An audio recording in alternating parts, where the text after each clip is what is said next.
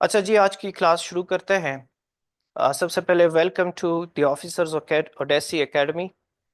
मेरा नाम जुनैद अहमद ज़हीम है और मैं डोमेस्टिक इश्यूज ऑफ पाकिस्तान का ऑथर भी हूँ। अलॉन्ग विद दिस मेरी मल्टीपल अचीवमेंट्स है। क्योंकि बलूचिस्तान के स्टूडेंट्स अचीवमेंट्स पे मैं काफ़ी ज़्यादा इंटरेस्टेड है, इसलिए मैं अचीवमेंट्स बताना चाहता हूँ।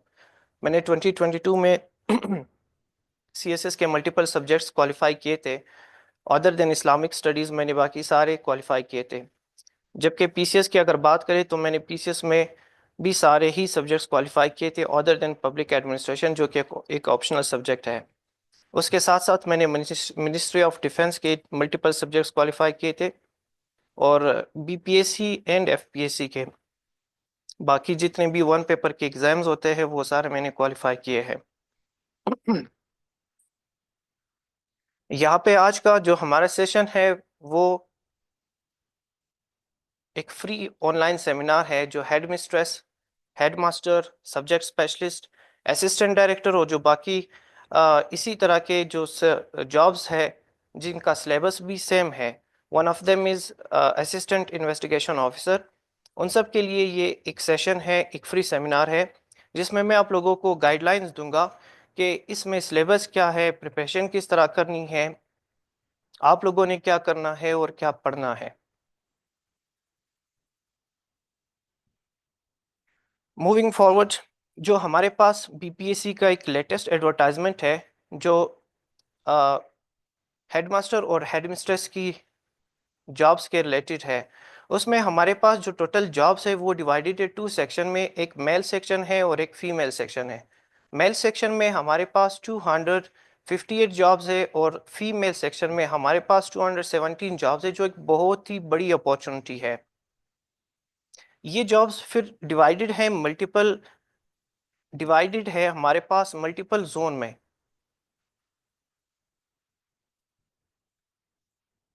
जिसमें मेरिट की भी जॉब्स है।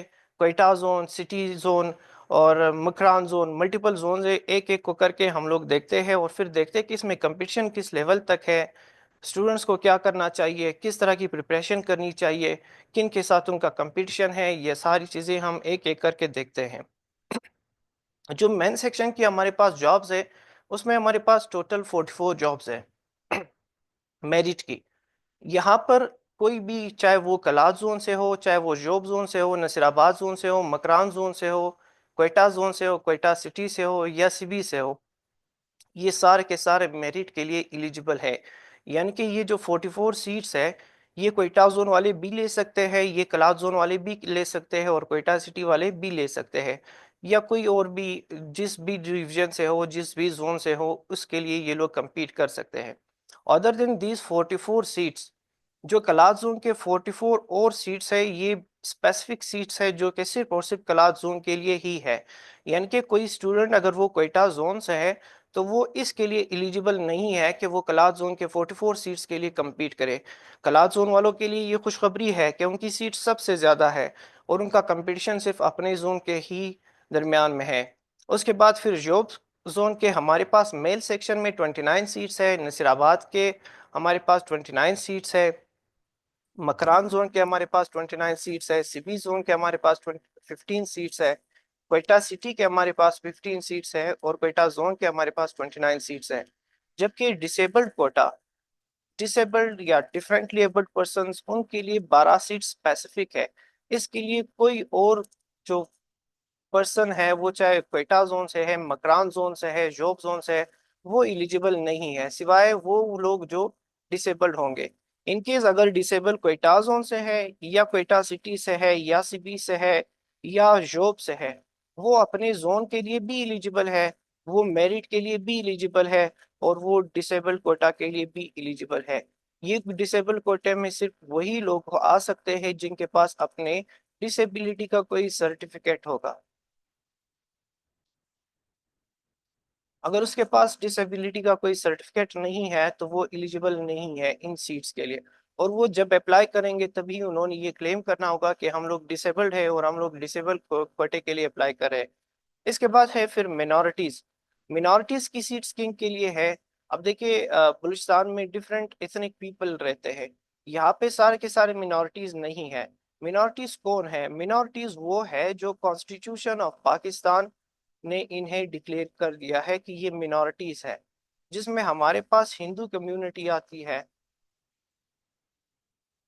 हिंदू कम्युनिटी या क्रिश्चियन कम्युनिटी या अदर इसी तरह के और डिफरेंट लोग हैं, वो हमारे पास इसमें आ जाते हैं, जबकि बाकी सेक्ट्स के लोग हमारे पास मिनॉरिटी में नहीं आ रहे।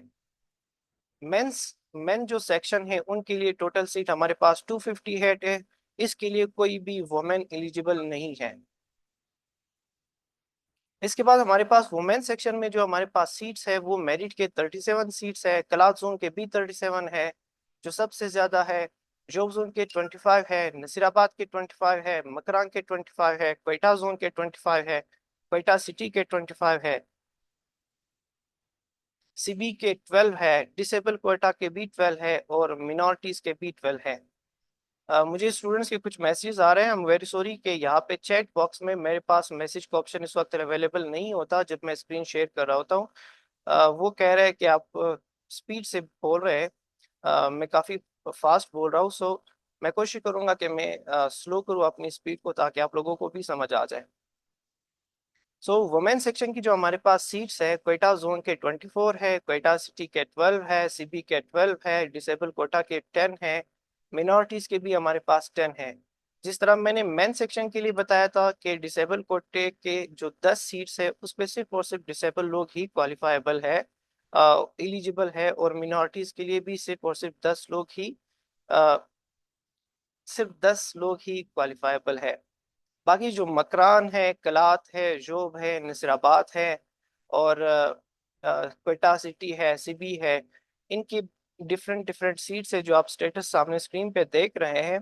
और इनके लिए जो जनरल पीपल है, कॉमन पीपल है, वो एलिजिबल है। इनके लिए मिनॉरिटीज एलिजिबल नहीं है। अगर मिनॉरिटीज मेरिट में आ जाते हैं तो वो इसके लिए एलिजिबल है, या अपने जोन में वो कोई सीट ले लेते उसके लिए भी एलिजिबल है। लेकिन इनकी मिनॉरिटीज की अपनी स्पेसिफिक जॉब्स है, उसके लिए कोई बाकी जो डोमिनेंट सेक्ट है वो एलिजिबल नहीं है। यानी कि मिनॉरिटीज या डिसेबल कोटे के लिए 3 अपॉर्चुनिटीज है। 3 अपॉर्चुनिटीज में से कौन से है? एक, ओपन मेरिट की जो सीट्स है, सेकंड उसके अपने जोन की जो सीट्स है, और थर्ड यहाँ पे जो स्पेसिफिक कोटा है, इस कोटे में जितनी भी सीट्स है इनके लिए सिर्फ और सिर्फ ये लोग ही एलिजिबल है। इनके पास 3 अपॉर्चुनिटीज है, जबकि बाकी लोगों के पास 2 अपॉर्चुनिटीज है, जिसमें एक मेरिट की सीट्स है और एक अपने जोन की सीट्स है। नेक्स्ट मूव करते हैं हम सिलेक्शन क्राइटेरिया की। देखिए, ये जो सिलेक्शन क्राइटेरिया है, ये सिलेक्शन क्राइटेरिया सिर्फ आप लोगों के हेडमास्टर, हेड मिस्ट्रेस और असिस्टेंट डायरेक्टर की जॉब्स की नहीं है, बल्कि बीपीएससी की जितनी भी जॉब्स है, बलूचिस्तान पब्लिक सर्विस कमीशन के थ्रू जितनी भी जॉब्स अनाउंस होती है, उन सब का यही सिलेक्शन क्राइटेरिया होता है। अगर आप लोग ये समझ लेते हैं, फिर आपके लिए कंफ्यूजन के लिए कोई ज़रूरत है नहीं, और आप फिर इसी के अकॉर्डिंग ही अपनी प्रिपरेशन करेंगे। सबसे पहले जब अप्लाई करते हैं, अप्लाई के बाद बीपीएससी ऑलमोस्ट 6 मंथ्स देते हैं, जो नॉर्मल है।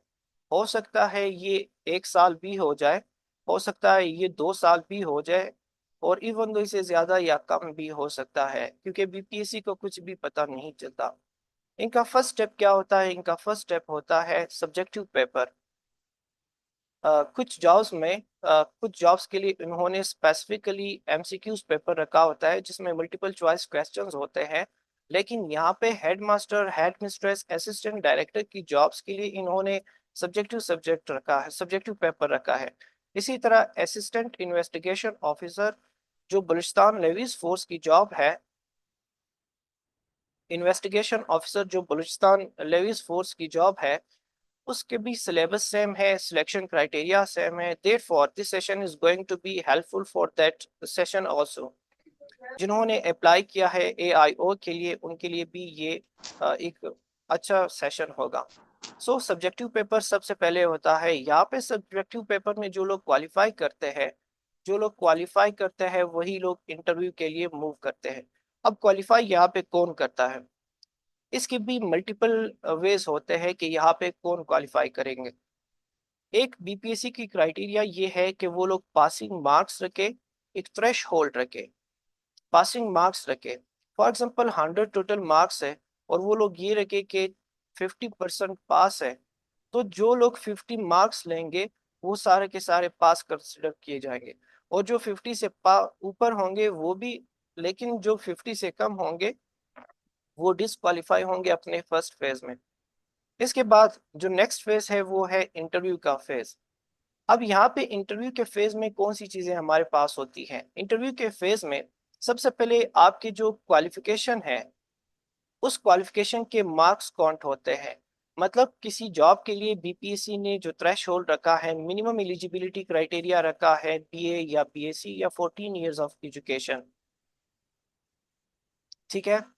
अब अगर किसी स्टूडेंट के पास 14 ईयर से हायर डिग्री है, कोई हायर डिग्री है, तो वो काउंट नहीं होगी, वो काउंट नहीं होगी। सिर्फ 14 ईयर्स तक की ही डिग्री काउंट होती है, चाहे वो एमफिल हो या पीएचडी हो, उसको उसके कोई मार्क्स नहीं मिलेंगे।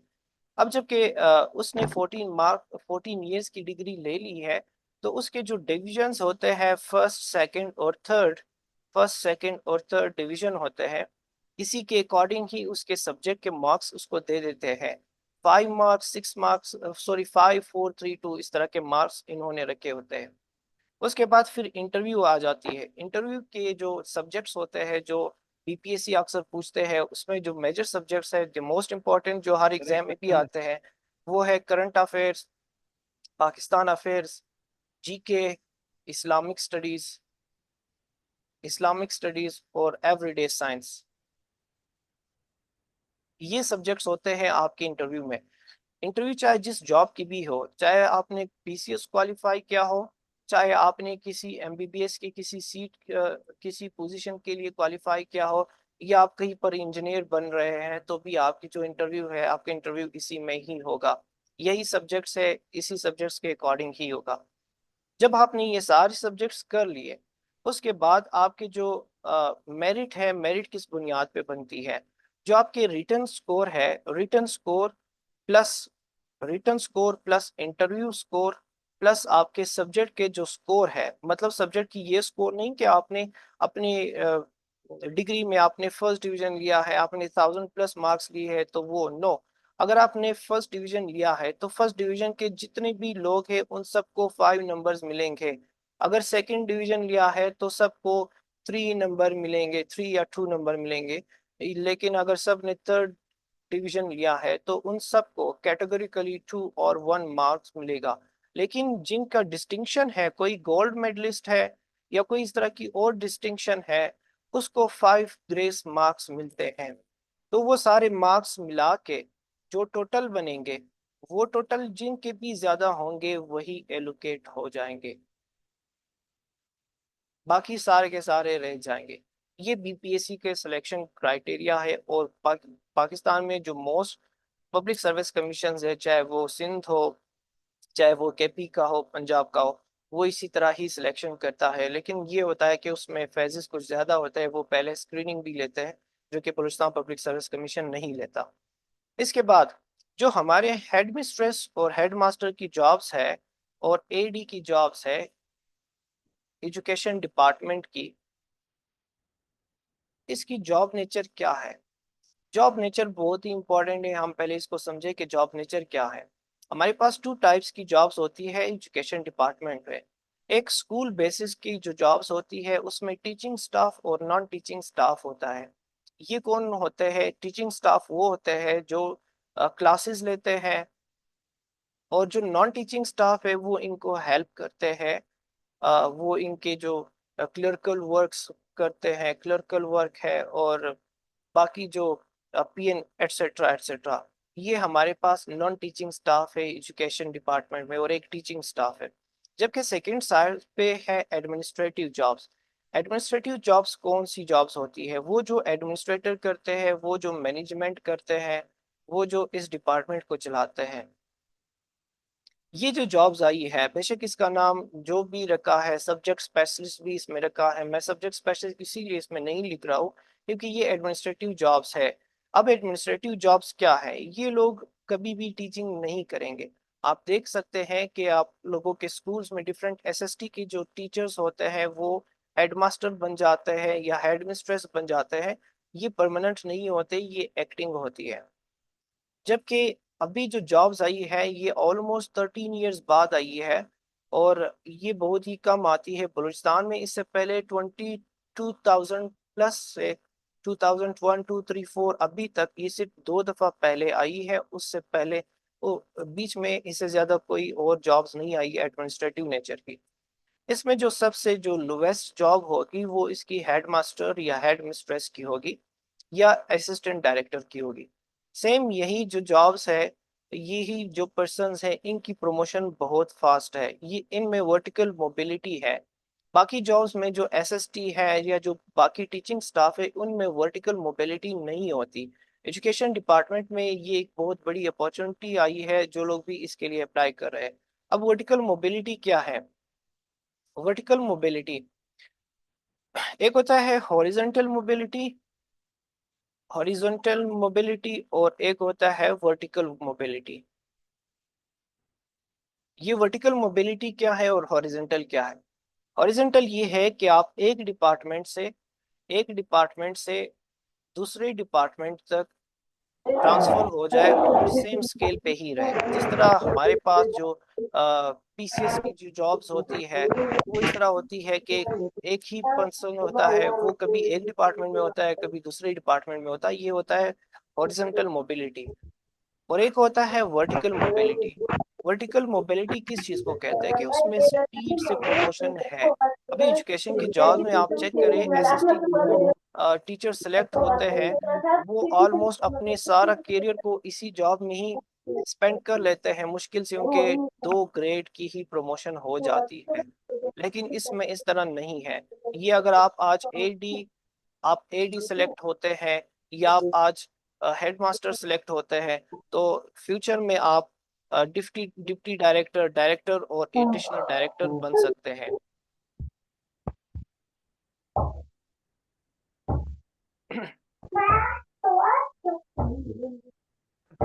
नेक्स्ट मूव करते हैं सिलेबस की तरफ कि इसका सिलेबस क्या है।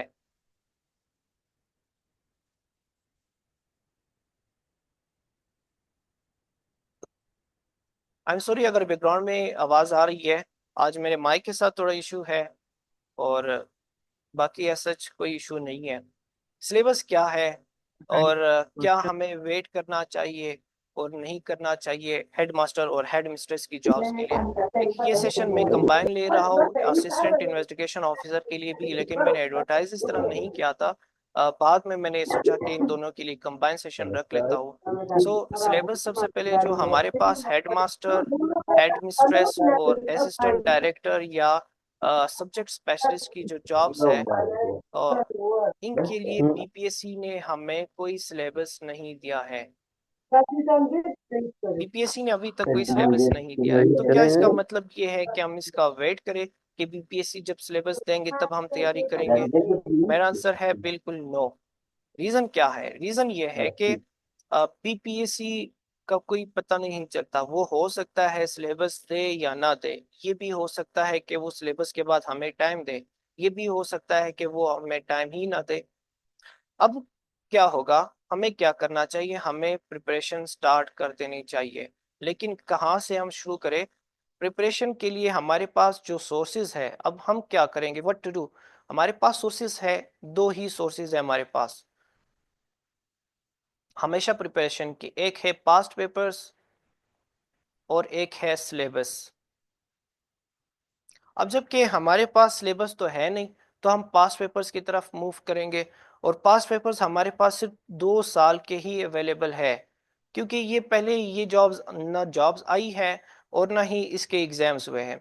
कुछ स्टूडेंट्स इसको यूं कंफ्यूज कर रहे होंगे कि आज से पहले इसी तरह की जॉब्स आई थी जिसका नाम भी हेडमास्टर, हेडमिस्ट्रेस, सब्जेक्ट स्पेशलिस्ट ही था। लेकिन वो ये जॉब्स नहीं थी। वो जो हमारी बुक पब्लिशिंग होती है, जो गवर्नमेंट की बुक्स पब्लिशिंग होती है, वो उस साइट पे थी। लेकिन ये अलग है, उसका सिलेबस बहुत ही डिफरेंट था। वो डिफरेंट जॉब्स है, उसका नेचर डिफरेंट है, ये डिफरेंट जॉब्स है। अब इसके जो पास पेपर्स है वो हमारे पास सिर्फ 2003 और 2012 के अवेलेबल है। तो हम इनको बेसिस बना के ही हम अपनी प्रिपरेशन करेंगे। बाद में अगर बीपीएससी कोई सिलेबस दे देता है ये जो सब्जेक्ट्स हम प्रिपेयर करेंगे, ये तो ऑलरेडी हमारे बीपीएससी के जितने भी एग्जाम्स हैं उन सारे के सारे एग्जाम्स में यही सब्जेक्ट्स होते हैं। तो हमारी ये सब्जेक्ट्स ऑलरेडी प्रिपेयर्ड होंगे। एक्स्ट्रा अगर वो हमें कुछ देता है तो हम उसको भी प्रिपेयर कर लेंगे। लेकिन जो हमारे पास AIO की जॉब्स है, असिस्टेंट इन्वेस्टिगेशन ऑफिसर की जॉब है, उसके लिए हमें बीपीएससी ने सिलेबस दिया है। उस सिलेबस में हमारे पास 3 सब्जेक्ट्स है। जो 3 सब्जेक्ट्स, जिसमें सबसे फर्स्ट है इंग्लिश, सेकंड है हमारे पास जीके, और थर्ड है हमारे पास करंट अफेयर्स। ये 3 सब्जेक्ट्स हैं। और यही 3 सब्जेक्ट्स हमारे पास हेड मास्टर और हेड मिस्ट्रेस और सब्जेक्ट स्पेशलिस्ट के लिए भी है। सो जो लोग एस्पायरिंग है कि हम लोग AIO की तैयारी करें या सब्जेक्ट स्पेशलिस्ट की तैयारी करें, दोनों के लिए सेम ही तैयारी है। आप अगर एक ही तैयारी करोगे तो आपके लिए बाकी जो जितनी भी जॉब्स है जिसमें ये सब्जेक्ट्स होंगे वो सारी की सारी आपके लिए इजी हो जाएंगे। जो 2003 में हमारे पास पेपर्स आए थे सब्जेक्ट स्पेशलिस्ट के, वो उसमें 2 ही एरियाज थे, एक इंग्लिश का और एक करंट अफेयर्स का। इंग्लिश के मार्क्स भी 50 थे और करंट अफेयर्स के भी 50 थे। फिर उसके बाद जब 2012 में दोबारा से ये एग्जाम हुआ, उसमें 3 सब्जेक्ट्स इंक्लूडेड थे, जिसमें इंग्लिश था, करंट अफेयर्स और जीके इंक्लूडेड था। इंग्लिश के मार्क्स सबसे ज्यादा थे, 50 नंबर्स थे। और फिर उसके बाद जो सबसे ज्यादा मार्क्स थे वो करंट अफेयर्स के थे, 30 मार्क्स। और लास्ट में जनरल नॉलेज के 20 मार्क्स थे। इसी को देख के ही हम लोग अपनी प्रिपरेशन करेंगे। और यहाँ पे जिस पार्ट को जितना वेटेज दिया गया है, जितने मार्क्स दिए गए हैं, उसी के अकॉर्डिंग ही तैयारी करें आप लोग। फॉर एग्जाम्पल इंग्लिश को 50 मार्क्स दिए हैं, मतलब आपका हाफ पेपर तो इंग्लिश ही है, तो आपने इंग्लिश को हाफ ही डील करना है। उसके बाद जो नेक्स्ट हाफ बचता है उस हाफ को भी डिवाइड करके 30% आपका करंट अफेयर्स है और 20% आपका जीके है। यानी कि जीके लीस्ट इंपॉर्टेंट है, करंट अफेयर्स उससे ज्यादा इंपॉर्टेंट है, जबकि इंग्लिश सबसे ज्यादा इंपॉर्टेंट है हेड मास्टर और हेड मिस्ट्रेस की जॉब्स के लिए। अब इंग्लिश में कौन सी चीजें आती है, करंट अफेयर्स में कौन सी चीजें आती है और जनरल नॉलेज में कौन सी चीजें आती है। Let me tell you one thing कि इनकेस अगर हमारी क्लास एंड हो जाती है दरमियान में, तो आप दोबारा से वो लिंक पे क्लिक करके क्लास को रीज्वाइन कर ले। देखते हैं हमारे पास इंग्लिश में जो एरियाज है वो कौन सी एरियाज है और उसमें कौन कौन सी चीजें होती है। नंबर 1 इज इंग्लिश एसे। आप मुझे बताएं, मेरी आवाज आ रही है?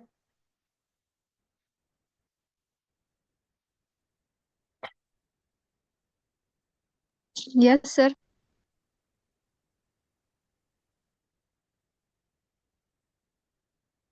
आई एम सॉरी, स्टूडेंट्स की आवाज आ रही थी बीच में से, सो मैंने चैट बॉक्स ऑफ किया था।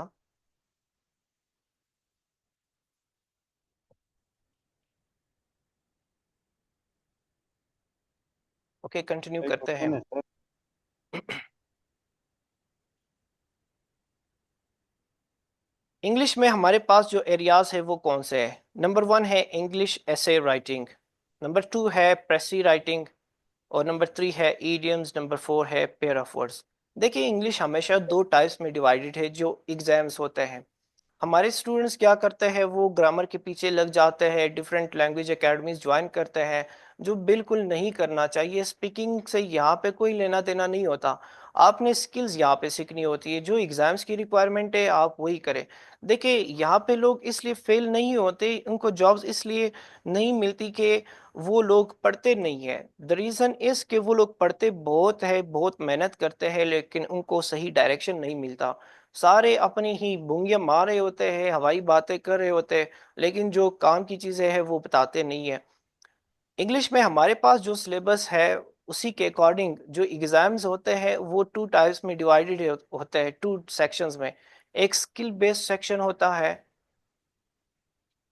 और एक होता है क्रैमिंग।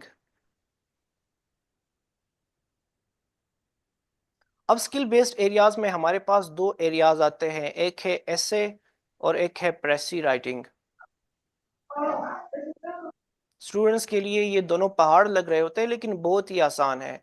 याद रखिए कि ऐसे is not all about English. यहाँ पे आपको कुछ टूल्स, कुछ ट्रिक्स, टेक्निक्स आनी चाहिए कि ऐसे में कौन कौन सी चीज़ें होती है। ऐसे में आउटलाइन होते हैं, आउटलाइन को किस तरह बनाते हैं, उसी में फिर इंट्रोडक्शन होता है, इंट्रोडक्शन को किस तरह करते हैं, और उसी में फिर इंट्रोडक्शन के बाद बॉडी पैराग्राफ्स को किस तरह लिखते हैं और कंक्लूजन किस तरह लिखते हैं, और इसी तरह आउटलाइन के अंदर क्या क्या चीज़ें होती है, किस तरह होते हैं, इंट्रोडक्शन के अंदर फिर कौन से एरियाज होते हैं, थ्री इंपॉर्टेंट एरियाज होते हैं, बॉडी पैराग्राफ्स में कौन सी चीज़ें इंपॉर्टेंट होती है और कंक्लूजन में कौन सी चीज़ें इंपॉर्टेंट होती है।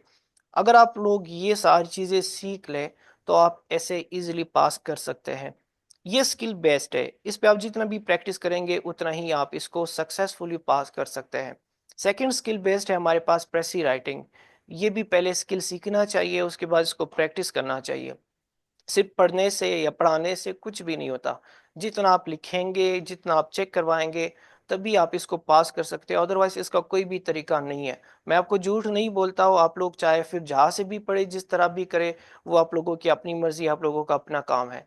जितना मुझे पता है मैं आप लोगों को गाइड कर रहा हूँ कि ये स्किल बेस्ड है। इसके लिए चाहे आप पूरे पाकिस्तान में जितने भी मेंटोर से क्लासेस ले, लेकिन जब तक प्रैक्टिस नहीं करेंगे आप पास नहीं कर सकते। और अगर आप प्रैक्टिस करके चेक करवाएंगे तो ये बहुत ही आसान हो जाता है। सेकंड पार्ट जो आपके हेड मास्टर और हेड मिस्ट्रेस में है वो है क्रैमिंग वेस्ट, यानी कि आपने रटे लगाने हैं। इसका कोई शॉर्टकट नहीं है। एक ईडियम्स है और एक पेयर ऑफ वर्ड्स इसमें आते हैं। ये किस तरह करने होते हैं मैं आपको डिफरेंट सोर्सेज बता दूंगा कि कहाँ से करने हैं, चाहे ऐसे राइटिंग है, प्रेसी राइटिंग है, ईडियम्स है, पेयर ऑफ वर्ड्स है, ये कहाँ से करनी है और किस तरह करनी है।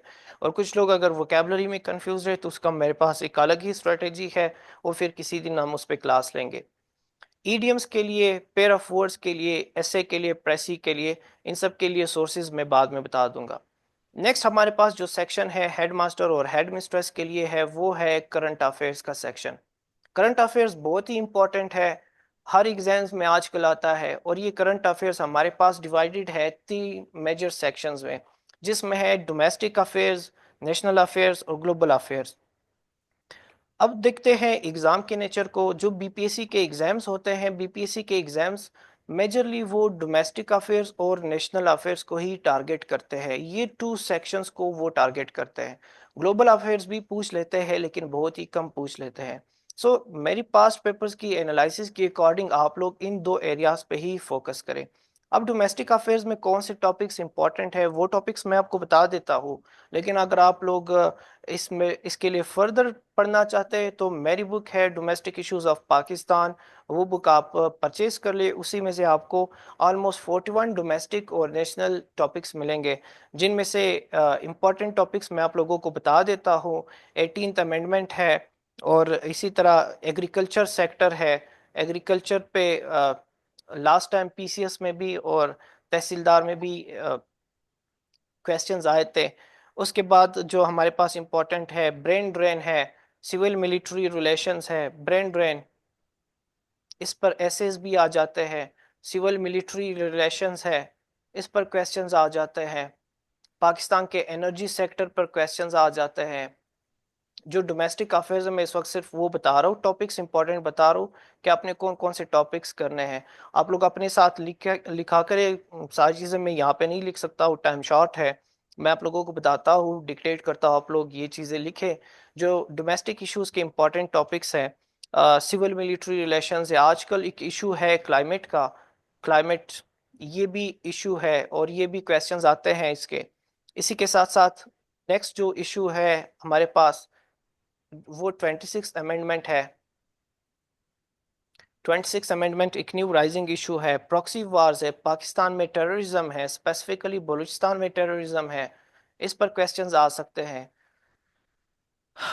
और भी मल्टीपल क्वेश्चंस हैं जो डोमेस्टिक अफेयर्स के आ सकते हैं। आप मेरी बुक चेक करें, उसमें मैंने बहुत सारी जो टॉपिक्स और बहुत सारे डायमेंशंस मैंने कवर किए हैं। नेक्स्ट उसके बाद है नेशनल अफेयर्स। नेशनल अफेयर्स में जो इंपॉर्टेंट क्वेश्चंस होते हैं जो आपसे पूछे जा सकते हैं करंट अफेयर्स में, वो कौन से है, वो डिवाइडेड है फिर मल्टीपल एरियाज में। मैं आपको सिंप्लीफाई करके बताता हूँ कि हमने यहाँ पे रिलेशंस पढ़ने हैं।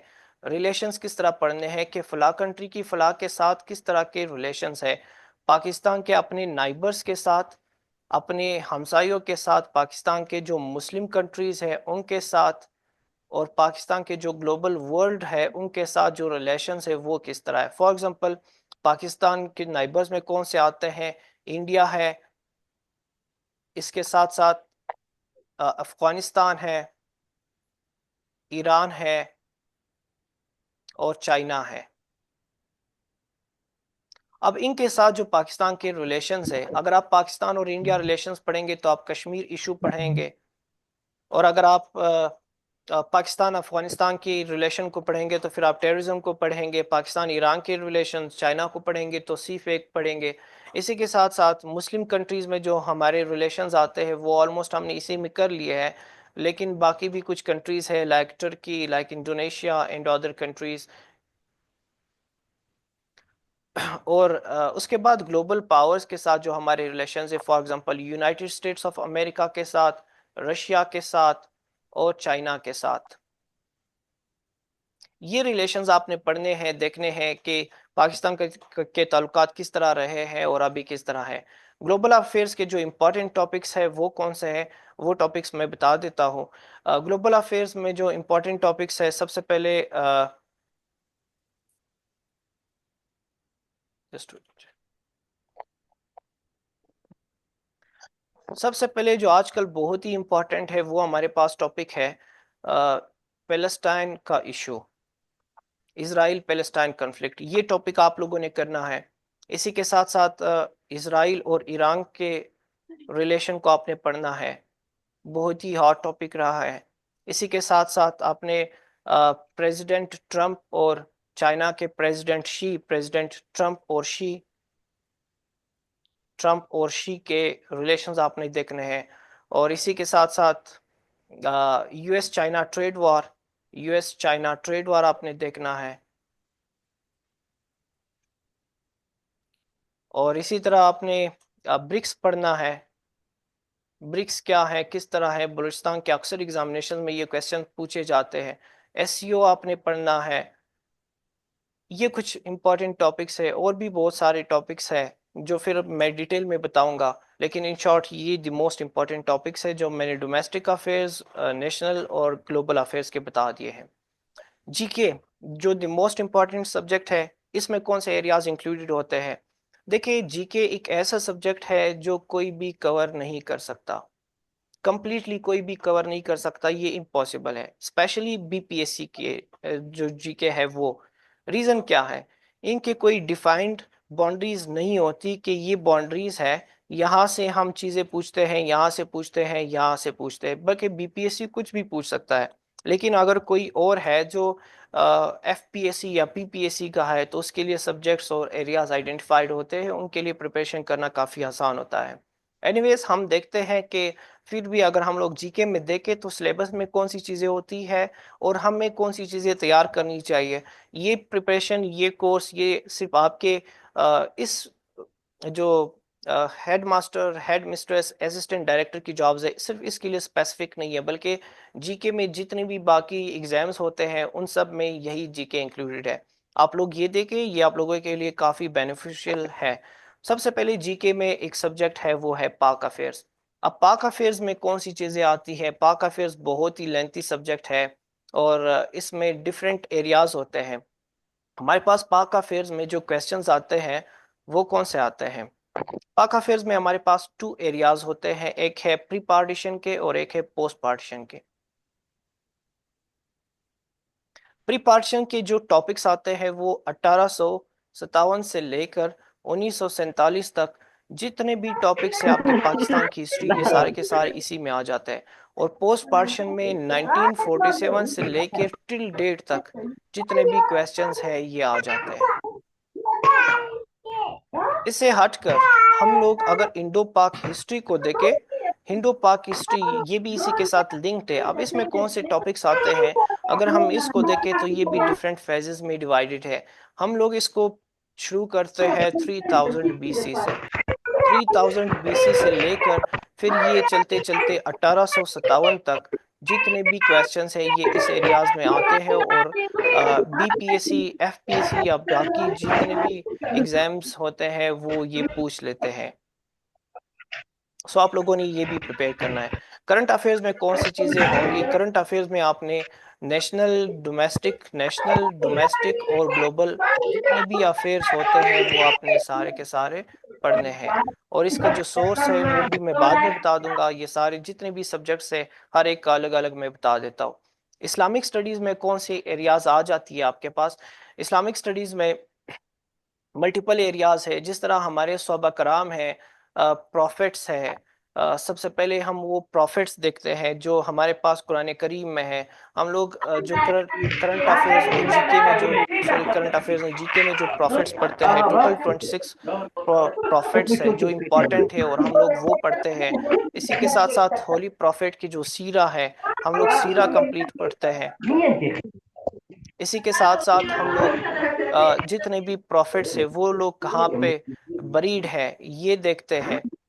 और इसी तरह हम लोग कुरान पाक या मल्टीपल रिलीजन्स है, रिलीजन्स के रिलेटेड हम पढ़ते हैं, कुरान के रिलेटेड हम पढ़ते हैं।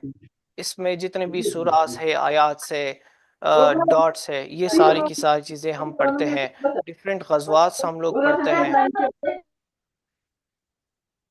And other things etc। फिर उसके बाद हमारा नेक्स्ट सब्जेक्ट है जीके में, वो एवरीडे साइंस है।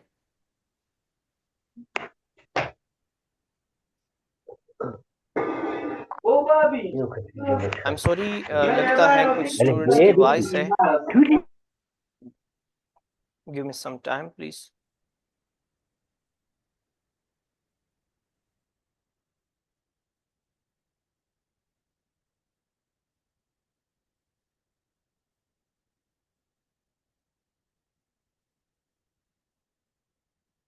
ये सब लोग अपने आप को म्यूट करें, अदरवाइज मैं उनको ग्रुप मीटिंग चैट से निकाल दूंगा।